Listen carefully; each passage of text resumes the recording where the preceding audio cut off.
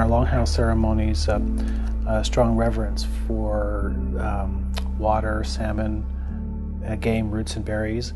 These are the first foods. The Creator gave us these first foods with the understanding that if we took care of them, they would take care of us. The tribes made sure that those first foods were protected. So that key language in our treaties is the right to fish and hunt at all usual and accustomed fishing places, as well as gathering roots and berries. That's in our treaty. So the tribes are protecting their first rights. So these are rights that the tribes always had. They weren't granted to the tribes, they reserved those rights in the treaties. It has taken a long time because the tribes have had to fight for their rights ever since those treaties were signed in 1855. But those rights are real. It's a property right that's been recognized by the Supreme Court. Our treaty rights is very important, and we have to keep teaching our generations so they can respect and know their rules and regulations. That way, everyone will have a healthy future. My other hope is that they care about our Treaty of 1855 because we're in a time where it could get taken away. Our sovereignty is being threatened. When the fish are gone, we're gone. Literally, it's water is life. And I don't think most white people understand that when the government went through the treaty process, they said, okay, you people, you Cayuses, Umatillas, Walla Wallas, and other Indians living in Southeast Washington and Northeast Oregon are now this confederated tribes. And what you own as a tribe. And we're extinguishing all your ownership of your fishing sites on the river. We're extinguishing, it's not in the treaty language, but this is what they did by that treaty. They extinguished the individual property rights of all of our campsites in the hunting grounds, all of our campsites in the berry picking fields, all of our digging sites, and all of our scaffolds. Those were no longer individually owned by families. They became collective ownership.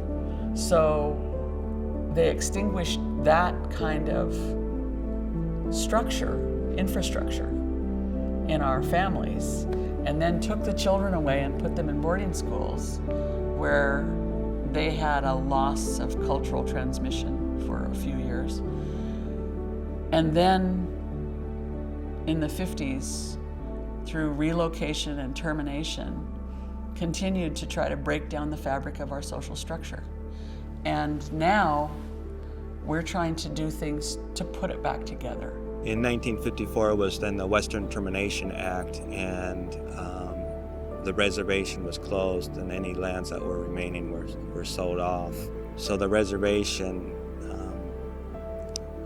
resulted in a lot of the families moving away from the Grand Ronde area. They needed to work and things like that, and there was also a relocation program at that point to try to get the native people off the reservations and relocate them, like to Portland and San Francisco and Denver, Seattle.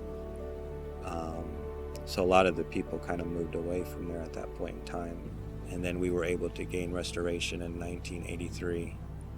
And so since that time, the tribe's been pretty much rebuilding since that period of time. When we signed the treaty, we were promised that there would always be fish in the water. We were fortunate to have the Yakama Nation Tribal School come up for a tour. And that was one of my key points to them, is that this is your facility. It's the Yakama Nation. When Isaac Stevens came down and negotiated, and some of our people had it backwards, and they were saying, the government asked, what can I give you? I can give you land, I can give you fishing rights, I can give you all of these rights. And our people said, we already had those rights, and this is our homeland.